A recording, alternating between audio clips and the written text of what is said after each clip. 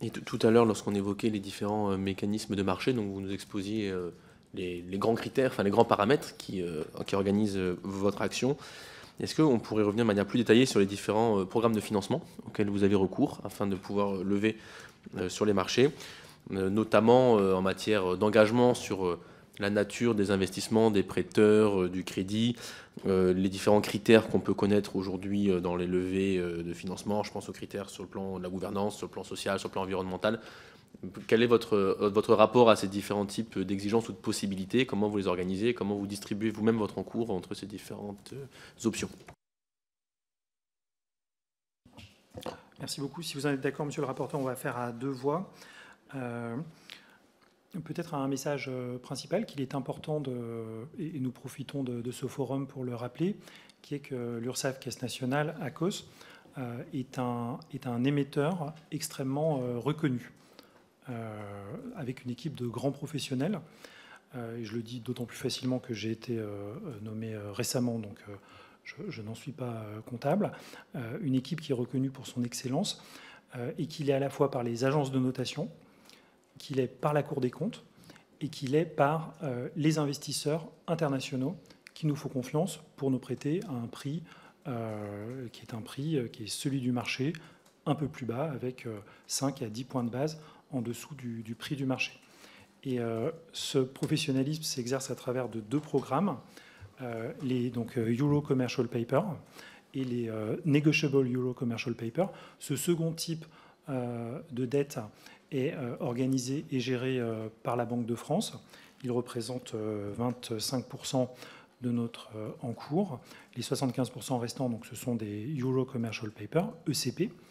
Donc, ce sont des marchés différents, mais qui ont des caractéristiques assez proches et qui ont pour particularité donc, d'être des marchés de court terme. Au-delà de ça, nous avons un label social sur les deux types d'émissions et nous étions les précurseurs en 2022 en faisant la première émission de New CP Social qui est liée donc à deux grands types de critères, et je laisserai M. Emmanuel Laurent apporter davantage de précisions, qui sont des critères sur la finalité des fonds qui sont collectés. Alors la finalité est une finalité sociale par construction, étant donné la nature de dépenses qui est faite par nos attributaires.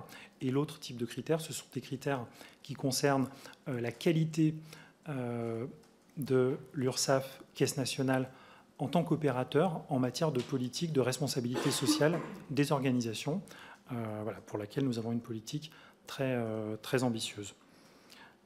Peut-être aussi rappeler un autre fait, c'est que l'URSSAF Caisse Nationale est un des plus gros émetteurs mondiaux de ce type de dette à court terme, d'où aussi sa reconnaissance sur les marchés internationaux.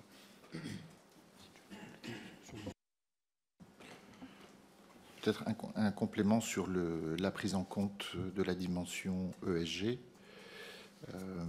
Deux éléments.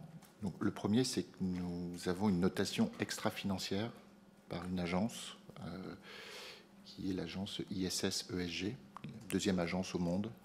C'est l'équivalent de S&P ou Moody's pour les notations financières, si vous voulez. Et que la notation de l'URSSAF, qui est une notation non sollicitée, c'est-à-dire que c'est l'agence qui, par elle-même, note l'URSSAF Caisse Nationale. Donc l'URSSAF a une note qui est de B-, qui la place dans le premier décile en termes de qualité d'émetteur. Les 10 premiers pourcents en termes de qualité de note extra-financière. Donc ça, je pense que c'est quelque chose de notable. Le deuxième... Peut-être le deuxième élément, c'est la distinction qu'il faut opérer entre la prise en compte des dimensions ESG sur de la dette court terme et la dimension ESG ou climat sur les dettes long terme. Donc, ce dont on parle beaucoup, ce sont des obligations vertes, notamment des obligations climat.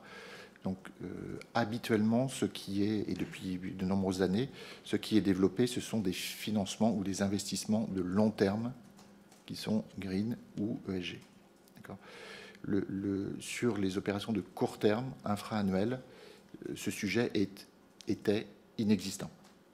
Et cela fait plus de 10 ans maintenant que l'URSSAF, à la demande aussi de son conseil d'administration, surveille l'intérêt qu'il y a de prendre en compte cette dimension ESG sur des marchés de très court terme. Et il y a une opportunité à compter de 2022, et nous avons donc transformé l'essai avec le premier programme, et le second programme a été transformé en décembre 2023. Donc, à compter d'aujourd'hui, enfin, à compter de 2024, 100% des émissions de l'URSSAF sont labellisées ESG ou plus exactement social, donc avec le S. Mais ça explique aussi pourquoi il y a une différence de nombre d'acteurs et d'opérateurs qui se sont mis sur l'ESG à court terme par rapport au nombre de ces acteurs à long terme, parce que l'intérêt sur le long terme était bien plus marqué et bien plus ancien. Voilà. Ce qui explique qu'on soit probablement les premiers depuis 2 ans à y être.